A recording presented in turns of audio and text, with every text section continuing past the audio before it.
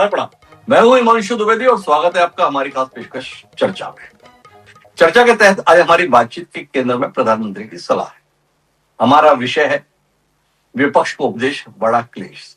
संदर्भ यह है कि आज प्रधानमंत्री संसद के शीतकालीन सत्र से पहले मीडिया से अपनी बात की। उसमें उन्होंने इस बात को लेकर खिन्नता जाहिर की कि जो ये सबसे बड़ी पंचायत है, यहां पर ड्रामा होता है, डिलीवरी नहीं होती, ये अच्छी बात नहीं है। उन्होंने कहा ना तो जीत का अहंकार होना चाहिए, ना ही हार की खीज होनी चाहिए। सीधे तौर पर उनका संदर्भ बिहार चुनाव में भाजपा के नेतृत्व में एनडीए को मिली जीत और विपक्ष को मिली एक तरफा हार था। अतीत के संदर्भ में अगर दृष्टि डालते हैं तो यह सलाह अनावश्यक भी नहीं लगती। इस बात को लेकर शायद ही किसी की मतभेदता हो कि संसद में आजकल कामकाज उस तरीके से नहीं होता जिस तरीके से होने की अपेक्षा है। अभी हाल ही में जो मानसून सत्र हुआ था उसमें भी आधे से ज्यादा समय हंगामे में बर्बाद हुआ। 120 घंटे काम होना था, 47 घंटे कुल काम हुआ राज्यसभा में, 37 घंटे काम हुआ लोकसभा में। इससे पहले भी सत्रों में यह स्थिति है। एक तरफ इस बात को लेकर चिंता व्यक्त की जाती है कि सत्र बहुत छोटे होते जा रहे हैं, चाहे वो संसद के हो या लोक विधानसभा के। पर जो सत्र निर्धारित भी हो रहे हैं, जो घंटे निर्धारित हो रहे हैं, उसमें भी काम नहीं होता, हंगामा होता है। विपक्ष ज्यादा लंबे सत्र की मांग करता है, पर जब सत्र शुरू होते हैं तो नारेबाजी में पूरा समय चला जाता है। तो आज हम इसी पर बात करेंगे कि वस्तुतः जिम्मेदार कौन है। देश से जुड़े हुए मुद्दों पर चर्चा करने के स्थान पर हंगामा, हंगामा और हंगामा, यही लोकसभा और विधानसभा और राज्यसभा की पहचान बन गई। क्या इस उपदेश से इसमें बदलाव होने की उम्मीद है? उम्मीद कैसे करें? आज सत्र शुरू हुआ तब भी कमोबेश वही दृश्य था। खड़गे जी काफी नाराज हैं इस सलाह को लेकर। उन्होंने कहा पर उपदेश कुशल बहु तेरे। वो कहते हैं कि सत्ता पक्ष ही इसके लिए जिम्मेदार है। तो थोड़ा आज इस पर बात करते हैं। हमारे साथ इस गंभीर विषय का हिस्सा बनने के लिए 3 खास मेहमान हैं। हमारे साथ संतोष पांडे जी हैं, स्वयं लोकसभा के प्रखर सांसद हैं। हमारे साथ में प्रियंका गुप्ता जी हैं, कांग्रेस पार्टी के सूची प्रवक्ता है। और इन दोनों के बीच में वरिष्ठ पत्रकार अजय शुक्ला जी हैं, नफासत के साथ सही बात करने के आदी हैं। आप तीनों का स्वागत है। चर्चा की शुरुआत संतोष पांडे जी से करते हैं और संतोष पांडे जी से जानने की कोशिश करते हैं कि क्या वाकई आप लोगों की चर्चा में दिलचस्पी रहती है? जिन मुद्दों पर विपक्ष चर्चा चाहता है, सदन में उस पर सहमति नहीं बनती तो हंगामा होता है, तो कुल मिलाकर समय खराब होता है। क्या स्थिति पर कोई स्थिति है संतोष पांडे जी? थोड़ा रोशनी देंगे। मैं द्वितीय बार का सांसद हूं और विगत 5 साल कभी हिडेनबर्ग के नाम पर, पेगासस के नाम पर, और उसके बाद जो चालू हुआ है वो SIR के नाम पर, वोट चोरी के नाम पर, वोट चोर गद्दी छोड़, तो ये जो है लगातार। अच्छा, ये बहस इसमें चाहते नहीं थे, जब हम चाहते हैं तो ये चाहते नहीं। तो कुल मिलाकर के कांग्रेस पार्टी अवरोध पैदा करती है। कांग्रेस पार्टी जो है और इनके विपक्षी दल जो हैं, ये भाई ये तुम्हारा बिहार हार गए, इसका मतलब ये नहीं है कि अपनी झल्लाहट को निकालने के लिए लोकसभा के अंदर निकालोगे। समीक्षा करो। और अभी जब समीक्षा हुई तो सब लोग जानते हैं कि किस प्रकार से इनके कितने लोग जीत के आए हैं। 6 लोगों के साथ ये क्या क्या समीक्षा किए हैं, ये देश जान चुका है। तो ये संसद जो है, नए सांसद, अनेक बहनें, महिलाएं जो पहली बार जीत करके आई हैं, उसके मन में ये तमन्ना रहती है कि मैं कुछ बात करूंगा, मैं चर्चा में भाग लूंगा, मैं यहाँ के अपने क्षेत्र के विकास के लिए मैं सब प्रकार से और चुनौतियों पे चर्चा करूंगा, देश के विषय में हम बहस में भाग लेंगे, सुनेंगे। किंतु ये जिस प्रकार से अवरोध पैदा करते हैं, ये टी-शर्ट पहन करके आएंगे, ये तख्ती लेकर के आएंगे, ये बाह में, तो ये तरह तरह का ये जो नौटंकी करते हैं, तो इसमें ये जनता देख रही है ये समय किस प्रकार से जाया करते हैं।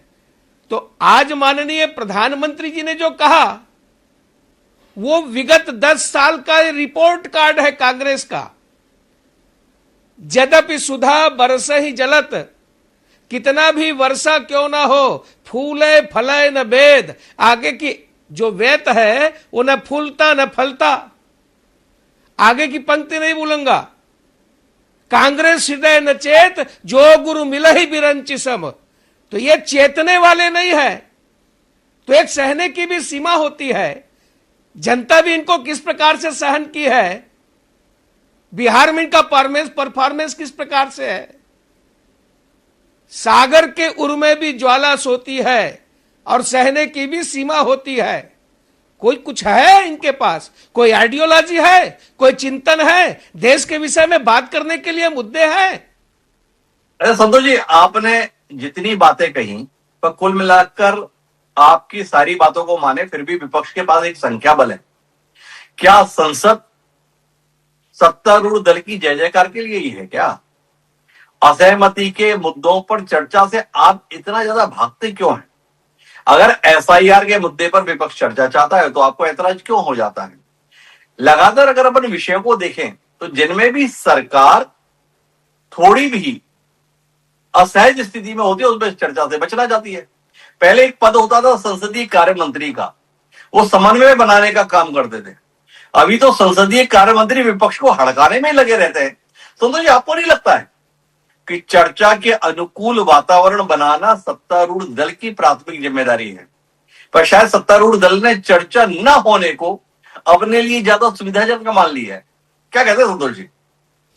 हर मुद्दे पे अब जो न्यायालयीन मुद्दे हैं, जो सदन के बाहर का मामला है, उसमें आप कैसे चर्चा करेंगे? और रही बात, जितने भी विषय हैं सदन में चर्चा के लिए हमेशा तैयार रहे हैं, किंतु ये चर्चा करते नहीं, ये गर्भगृह में आकर के हो हुल्लड़ करते हैं। इसके पहले जितने भी राष्ट्र हित में विषय थे ये चर्चा तक नहीं करने दिए। माननीय अध्यक्ष ओम बिरला जी से लेकर के संध्या राय जी से लेकर के सारे सभापति, आज भी आप देखे होंगे बहन संध्या राय जी सभापति के और आसंदी पर विराजमान थी, निवेदन करती रही। किंतु इनका जो रवैया है, ये जो सड़क में करना चाहिए ये सदन के अंदर करते हैं। जो सड़क पर करना चाहिए वो ये सदन में करते हैं। संतोष पांडे जी की दलील है। क्या कहती है प्रियंका जी? बर्दाश्त नहीं होता अब आपसे, सत्तारूढ़ दल की बात को सुनना आपको बर्दाश्त नहीं, सभापति के द्वारा दी गई व्यवस्था आपको स्वीकार नहीं।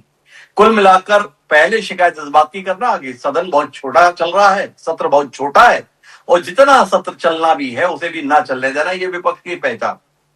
क्या लगता है प्रियंका जी, सुर्खियों से ही काम चल जाएगा या इससे इतर भी विपक्ष का ध्यान जाएगा? ड्रामा डिलीवरी से ज्यादा महत्वपूर्ण हो गया? प्रधानमंत्री जी ऐसा देश को बताएं। एक समय था जब सुषमा स्वराज जी जो स्वर्गीय हैं, उन्होंने कहा था कि सदन चलाना जो है सत्ता पक्ष का काम होता है। शायद वो भूल गई है जो सत्ता पक्ष आज की। खैर, मौसम तो बहुत अच्छा है, मौसम का मजा लीजिए। चाहे आप मर जाइए, चाहे आपके फेफड़े खराब हो जाए, चाहे आपका परिवार तबाह हो जाए, लेकिन मौसम का मजा लीजिए। मौसम कैसा है आप खुद ही समझ सकते हैं कि दिल्ली में क्या AQI का हाल है। अब खैर, ड्रामा और डिलीवरी की बात करते हैं। कुछ डिलीवरी मैं भी जो है ना लिख के लाई हूँ, तो डिलीवरी जो पिछले कुछ 11 सालों में जो डिलीवरी है उसके बारे में जरूर बात करना चाहूंगी। जो 700 किसान की मौत है वो भी तो भारतीय जनता पार्टी की डिलीवरी है।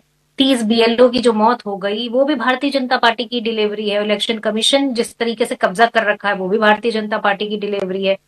26 जो हमारे देश के नागरिक थे वो पहलगांव में मारे गए, वो भी इन्हीं की डिलीवरी है। 40 पुलवामा में मौत हुई, वो भी इनकी डिलीवरी है।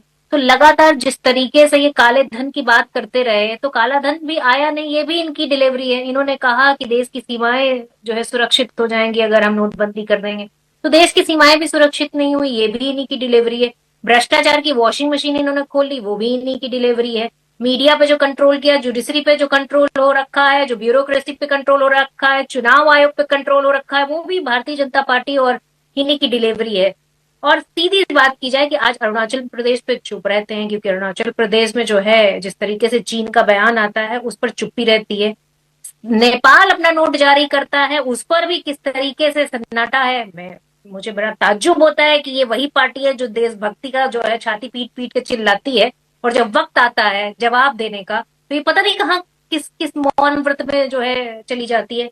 अब ट्रम्प की बारी आई, ट्रम्प ने टैरिफ भी लगाया, तब भी सन्नाटा था। ट्रम्प ने जब ऑपरेशन सिंदूर की बात करी कि किस तरीके से सीज फायर हुआ, मतलब सैकड़ों बार बोल दिया होगा, 50-60 बार तो बोल ही दिया होगा, लेकिन उस पर भी सन्नाटा रहा। तो ये भी भारतीय जनता पार्टी की डिलीवरी है। तो कुल मिलाकर अगर बात करने बैठूं तो 2 करोड़ रोजगार से 15 लाख तक का जो सफर था वो भी भारतीय जनता पार्टी की डिलीवरी है। सांस नहीं ले पा रहे हैं आज हम, वो भी भारतीय जनता पार्टी की डिलीवरी है। और जिस तरीके से खाने में मिलावट, अरे हर चीज में मिलावट। आप देखिए कि सिरप भी अगर आप खांसी का पीने जाइए तो वो भी मिलावट भरा बिक रहा है। तो वाकई में देखा जाए दूध दही मसाले हर चीज में मिलावट। और तो आपको प्रियंका जी, मिलावट, आपने इतने सारे विषय गिना दिए, पर इन विषयों पर देश की सबसे बड़ी पंचायत में बात करने की जो स्थितियां बननी चाहिए वो आप क्यों नहीं बनने देना चाहते हैं? सत्र शुरू होता है, कामकाज शुरू होता है, विपक्ष की नारेबाजी शुरू हो जाती है। आप चाहते हैं कि आप जो विषय तय करें बस उस पर बात हो। कार्य मंत्रणा समिति नाम की एक व्यवस्था होती है, उसमें विषय तय होते हैं, उसके आधार पर सदन चलना चाहिए। आपको नहीं लगता कि आपका ये नारेबाजी, आपका ये शोर शराबा कुल मिलाकर सत्तारूढ़ दल के लिए बड़ा मुफीद है? आप देखिए ना कैसे कैसे विधायक बगैर चर्चा के पास हो जा रहे हैं। अब आप चिल्लाते रहते हैं चुनाव आयोग के संदर्भ में, बताइए इन्होंने ऐसा बिल पास कर लिया, पर वो बिल पास क्यों हुआ? आप शोर करते रहे, ये बिल पास करते रहे। आपको नहीं लगता प्रियंका जी अपन लोग ट्रैप हो रहे हैं? 140 से ज्यादा सांसद को इन्होंने एक्सपेल कर दिया और उसके बाद 15 बिल खटाखट खटाखट 15 मिनट में पास कर ली। तो ये भी तो अगर 30 बीएलओ की मौत हो जाती है, एसआईआर प्रक्रिया लोगों को इस तरीके। नहीं प्रियंका, ये थोड़ा विषय पर गंभीरता से जाते हैं। आपने कहा कि 140 सांसदों को इन्होंने निलंबित कर दिया और खटाखट खटाखट बिल पास कर लिया, पर वो 140 सांसद लगातार शोर शराबा कर रहे थे, हंगामा कर रहे थे, और उसके चलते उनके निलंबन की कार्रवाई हो गई। क्या आप नहीं मानती कि अगर यही सांसद थोड़ा गरिमापूर्ण आचरण रखते हुए विषयों पर बात करते तो संतोष पांडे जी और उनकी पार्टी के लिए ज्यादा मुश्किलें पैदा कर सकते थे, देश के मुद्दों पर ज्यादा बेहतर चर्चा कर सकते थे? नारेबाजी से टीवी पे सुर्खियां तो मिल गई, पर देश को तो कुछ ना मिला। कौन सा सूट पहना इस पर डिस्कशन करें, कि मोदी जी किसके गले पड़ गए जाके विदेश में, उस पर डिस्कशन करें। किस चीज पर डिस्कशन करें आप बताइए? अगर जनता के मुद्दों पे हम डिस्कशन नहीं कर सकते हैं तो फिर संसद में चुन के हमें जिस जनता ने भेजा है, अगर उसके मुद्दे नहीं डिस्कस करेंगे तो क्या डिस्कस करेंगे? तो क्या डिस्कस करेंगे? प्रियंका जी का कहना है। पर अजय शुक्ला जी, क्या आप इत्तेफाक रखते हैं कि विपक्ष इतना ईमानदार है, या आप मानते हैं कि विपक्ष ट्रैप हो रहा है मीडिया के चक्कर में? टीवी के कैमरे पर सदन के अंदर में शोर शराबा करते हुए दिखना और बाहर आकर बाइट देना, इस चक्कर में संसद की बहस कहीं खो गई। जिन मुद्दों पर संसद में बहस की जानी चाहिए थी वो बहस सरकार के अनुकूलता के चलते अब हो नहीं रही। सबसे बड़ी सहूलियत सत्ता पक्ष को यही है कि विपक्ष पहले दिन से हंगामे पर उतर आता है और सत्ता पक्ष को बहाना मिल जाता है। देखिए, सबसे बड़ी बात संसदीय लोकतंत्र में ये सबसे बड़ा दुर्भाग्यपूर्ण है कि संसद नहीं चल पा रही है। अब किसके कारण नहीं चल पा रही है यह विषय है, निश्चित रूप से दोनों पक्षों के कारण है। यदि सदैव संसदीय परंपरा रही, आप याद करिए पंडित जवाहरलाल नेहरू प्रधानमंत्री थे, चीन के साथ युद्ध हो रहा था। उस युद्ध के दौरान 3 सांसद सिर्फ, अटल बिहारी वाजपेयी समेत 3 सांसद गए। उन्होंने कहा कि हमें इस पर संसद में विशेष चर्चा चाहिए। उन्होंने सत्र बुलाया, युद्ध के दौरान चर्चा की, उन विषयों पर चर्चा की जो विपक्ष कह रहा था महत्वपूर्ण, और एक एक कड़े कड़े सवाल झेले और उनका जवाब दिया। अटल बिहारी वाजपेयी ने खुद ये बात कही है, मैं नहीं कह रहा हूं। उन्होंने जो पंडित नेहरू के निधन पे बोला है वो अपने आप में इस बात का सबूत है। इसके बाद में श्रीमती इंदिरा गांधी, जिनके ऊपर आरोप लगता है कि उन्होंने लोकतंत्र खत्म किया और न जाने क्या क्या, उन इंदिरा गांधी ने कभी, आप बताइए, विपक्ष ने कोई विषय रखा हो उस पर चर्चा न की हो। सबसे दुर्भाग्यपूर्ण यह है कि कस्टोडियन कौन है? जो सत्ता में बैठा है उसके हाथ में पावर है, उसी से कहा जाएगा। यदि आज डॉक्टर हिमांशु द्विवेदी इस चर्चा का संचालन कर रहे हैं, तो मैं उन्हीं को एड्रेस करके कहूंगा ना। तो स्वाभाविक सी बात है, विपक्ष ने जो 4 मुद्दे रखे, उन 4 पे भी बहस करा लीजिए, आप अपनी कराइए, उसमें कहीं कोई आपत्ति नहीं, लेकिन उन 4 को प्रायोरिटी दे दीजिए। आप कहिए ठीक है, इसको हम कर लेते हैं, इसके बाद में आप इसको कीजिए। तो यदि आप उससे भागते हैं, प्रधानमंत्री पहले दिन खुद सदन न चले इसके लिए शब्द बोलते हैं ड्रामा। ड्रामा कौन कर रहा था? एक अकेला। किसने कहा था? प्रधानमंत्री ने कहा था। प्रधानमंत्री जैसे पद पर बैठा हुआ व्यक्ति इस तरह के यदि छोटी मानसिकता के शब्दों का इस्तेमाल करता है तो निश्चित रूप से इस देश के लोकतंत्र और संविधान के लिए दुर्भाग्यपूर्ण है। दुर्भाग्यपूर्ण है जब वो मुकरी की तरह से यूं हाथ करके करता है। ड्रामा वो था। ड्रामा वो होता है, नारे की बात कही, प्रधानमंत्री ने नारे की बात कही, जब प्रधानमंत्री घुसते हैं मोदी मोदी ये करके, जो ये करने की परंपरा, इसके पहले कभी आप दिखा दीजिए मुझे भारत के संवैधानिक इतिहास में, चाहे अटल जी का शासन रहा हो, चाहे उसके अलावा किसी का भी शासन रहा हो, गैर कांग्रेसी सरकार हो या कांग्रेसी सरकार हो, कभी हुआ हो तो बता दे। मुद्दे सिर्फ जो सामान्य से, यदि आपत्ति है, एसआईआर पे लोग चर्चा कराना चाहते हैं, कराइए। यदि वो चर्चा कराना चाहते हैं कि निष्पक्ष चुनाव नहीं हो रहा है, तो वहीं जवाब दीजिए, मुंह तोड़ जवाब दीजिए विपक्ष को कि ये सच है, ये झूठ है। विपक्ष को क्यों नहीं जवाब देने और चर्चा कराने से आप भाग रहे हैं? क्यों नहीं चर्चा? थोड़ा अपन और गहराई में जाते हैं। आपकी बातचीत से साफ तौर पर निकल कर आता है कि सत्ता पक्ष की सुविधा चर्चा न होने में है, सत्ता पक्ष की अनुकूलता सत्र न चलने देने में है। जब आप युद्ध के मैदान में हो तो शत्रु पक्ष की रणनीति के अनुसार अपनी रणनीति बनाते हैं। क्या आपको नहीं लगता है ये विपक्ष सत्ता पक्ष के हाथों ट्रैप हो रहा है लगातार? किरण रिजिजू संसदीय कार्य मंत्री होते हुए ऐसा माहौल देते हैं जैसे विपक्ष ना हुआ वस्तुतः दुश्मन हुआ। क्या आप नहीं मानते हैं कि सत्ता पक्ष के मुकाबले विपक्ष जो ये हो हल्ला करता है, इसमें सत्ता पक्ष अपनी अनुकूलता निकालता है, अपनी सुविधा के अनुसार कामकाज करके निपटा लेता है और कुल मिलाकर देश हाथ मलता हुआ रह जाता है? क्या कहता है जी? बिल्कुल सही, आपकी बात से मैं सहमत हूं, इस बात से 100% सहमत हूं कि निश्चित रूप से सत्ता पक्ष यह खेल करता है कि आप इतना भड़के, आप इस ढंग से करें और उसके बाद में हम अपना काम निकाल लें, वो बायकॉट ही करते रह जाएं, वो दूसरी चीज करते रह जाएं। लेकिन अब सबसे बड़ी बात, लोकतंत्र में हथियार क्या है? मुझे आज भी याद है, मैं 94 की बात बता रहा हूं, अटल जी से मेरी बात हो रही थी लखनऊ में, और उन दिनों मैं दैनिक जागरण का रिपोर्टर होता था। उस समय चर्चा के दौरान एक चीज कही अटल जी ने, हमारे पास और है क्या? हम हो हल्ला करेंगे, लड़ेंगे, यही तो हम करेंगे। तो आज भी मैं उस बात को मानता हूं कि अटल जी ने जो बात कही थी, विपक्ष के पास और है क्या? अब इस बात को बड़े हृदय से यदि सोचना शुरू करें तो स्वाभाविक सी बात है, बड़े हृदय से सोचना पड़ेगा।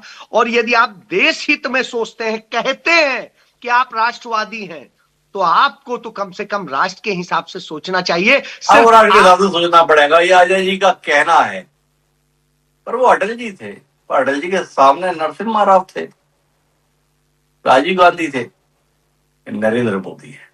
संतोष पाटिल जी के पास वापस लौटता हूं, भारतीय जनता पार्टी के पास अच्छे वक्ताओं की कमी नहीं है संतोष जी, ऐसा हम लोग मानते हैं, तर्कों की भी कमी नहीं है, फिर भी चर्चा को लेकर इतना भय क्यों? जन समर्थन आपके पास, चुनावों में लगातार जीत आपके पास, जिस भी विषय पर विपक्ष चर्चा का अभिलाषी है उस विषय पर चर्चा करा के देश को हकीकत बताते क्यों नहीं? क्यों घबरा जाते हैं? तर्क में तो आपकी सानी नहीं, अच्छे वक्ताओं की कमी नहीं, पर महसूस तो ये किया ही जाता है कि जिन विषयों पर चर्चा होनी चाहिए उन विषयों पर चर्चा में आपकी दिलचस्पी नहीं। क्या कहते हैं?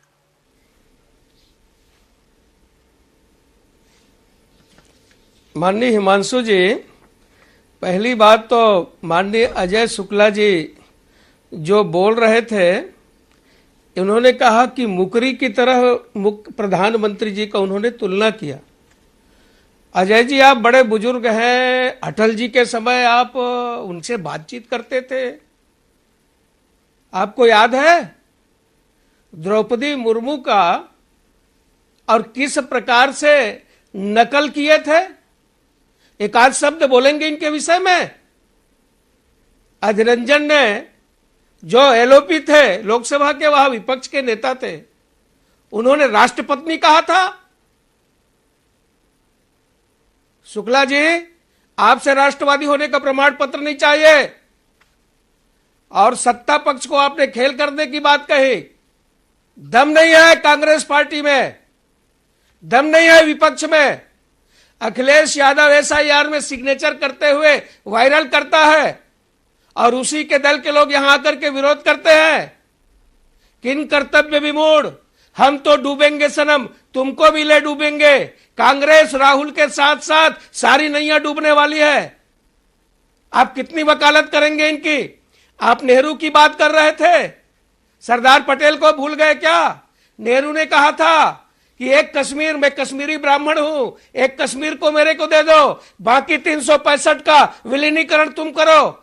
लहू बहता रहा, कश्मीर को आज जाकर के शांति मिली है। ये ज्यादा हमको मत बताइए आप।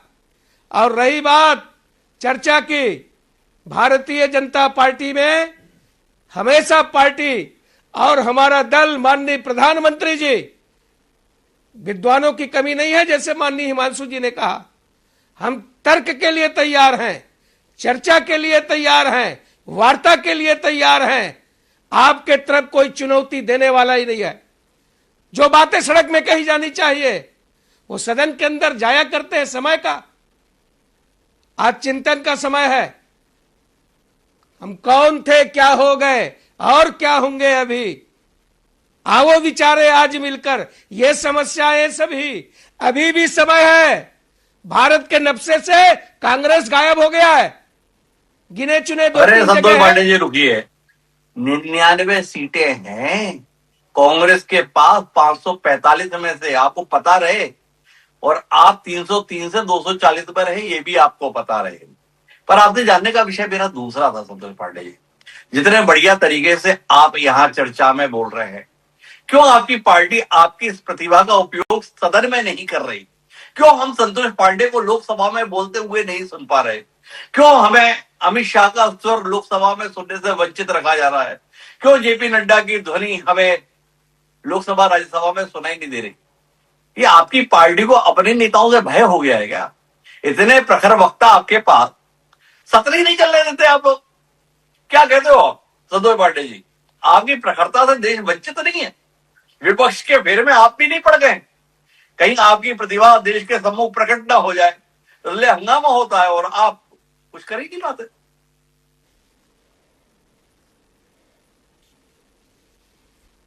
माननीय हिमांशु जी, सब प्रकार से चर्चा के लिए हम तैयार रहते हैं। इनका जो बौद्धिक दिवालियापन है, ये बौद्धिक रूप से समाप्त हो गए हैं। जितने भी आप रिकॉर्ड उठाकर, तो कुल मिलाकर के अभी भी समय है। चर्चा के लिए आए, वार्ता में भाग लें, बहस में सब प्रकार से। तो ये चर्चा किस पे करनी है? मतलब आपका अभिनंदन करना है, विपक्ष से आपकी अपेक्षा क्या होगी कि विपक्ष आपके कामों का स्तुतिगान करे? विपक्ष इस बात पर अभिनंदन करेगा आप जो भी कर रहे हैं वो कमाल कर रहे हैं। अगर पहलगाम में आतंकी हमला हुआ तो ये पाकिस्तान की गुस्ताखी भर है, हमारी कोई विफलता नहीं है। इस पर आपको बात नहीं करनी चाहिए। अगर बीएलओ की मौतों की खबरें देश में सुनाई दे रही हैं तो ये मौसम के चलते है, इस पर बात करने की जरूरत क्या है? अगर देश के संदर्भ में बुनियादी मुद्दों पर बातचीत को आप सुनना ही नहीं चाहेंगे, आलोचना के स्वर से सत्ता पक्ष को परहेज रहेगा, तो सदन और सदन में चर्चा का औचित्य क्या रहेगा? संतोष जी, आपने तो बड़ा लंबा समय विपक्ष की राजनीति में गुजारा है। विपक्ष के स्वर को न सुनने की आदत ये आप में कहां से आ गई?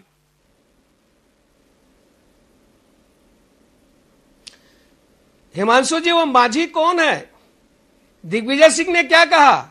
कांग्रेस के नेता क्या बोल रहे हैं नक्सलियों के विषय में? हिड़मा को मारने के बाद इनका बयान किस प्रकार से है? हम हर जगह चर्चा को तैयार है। ऑपरेशन सिंदूर में भी इनके लीडरों ने क्या कहा? आज जब स्वावलंबी भारत की बात होती है, किस प्रकार से आलोचना करते हैं? कोरोना काल में 2 वैक्सीन का इजाद किया गया, ये विरोध में बात करते हुए इसको लगाने से नपुंसक हो जाएंगे, मत लगाइए। तो संतोष जी, देखो आपके पास कितने बढ़िया तर्क हैं, इन तर्कों को आप सदन के पटल पर आने क्यों नहीं दे रहे? किस बात का डर है? या इनकी मदद करने का मन हो गया है इसलिए आप ऐसा नहीं कर रहे? इन्हें बताइए, शुक्ला जी को बताइए, प्रियंका जी को बताइए, हम तैयार हैं।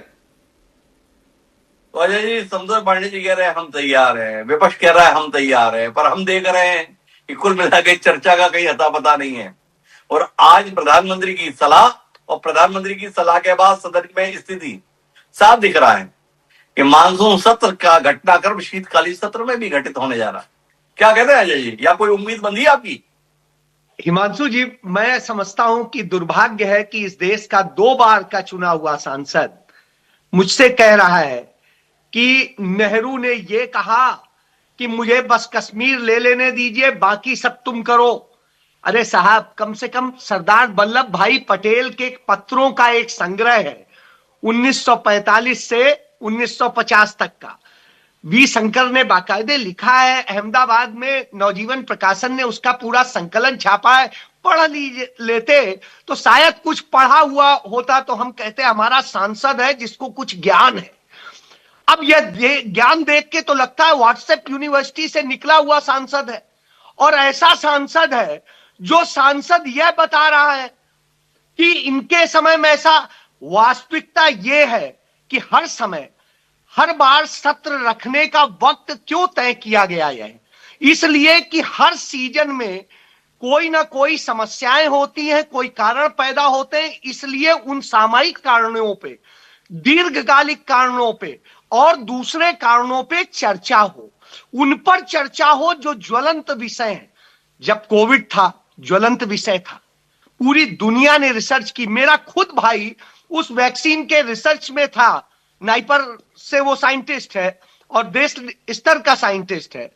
अब वो सब लोग थे, उनकी मेहनत थी, निकाल के वो लेके आए। लेकिन आप ये बताइए, आप कहते हैं आपने मुफ्त में वैक्सीन दे दी। अरे साहब, पंडित नेहरू ने एक भी, हमारे आपको सबको लगी होंगी, इतनी वैक्सीन लगी, कभी गिनाया कि हमने मुफ्त में दे दी? कभी नहीं कहा गया।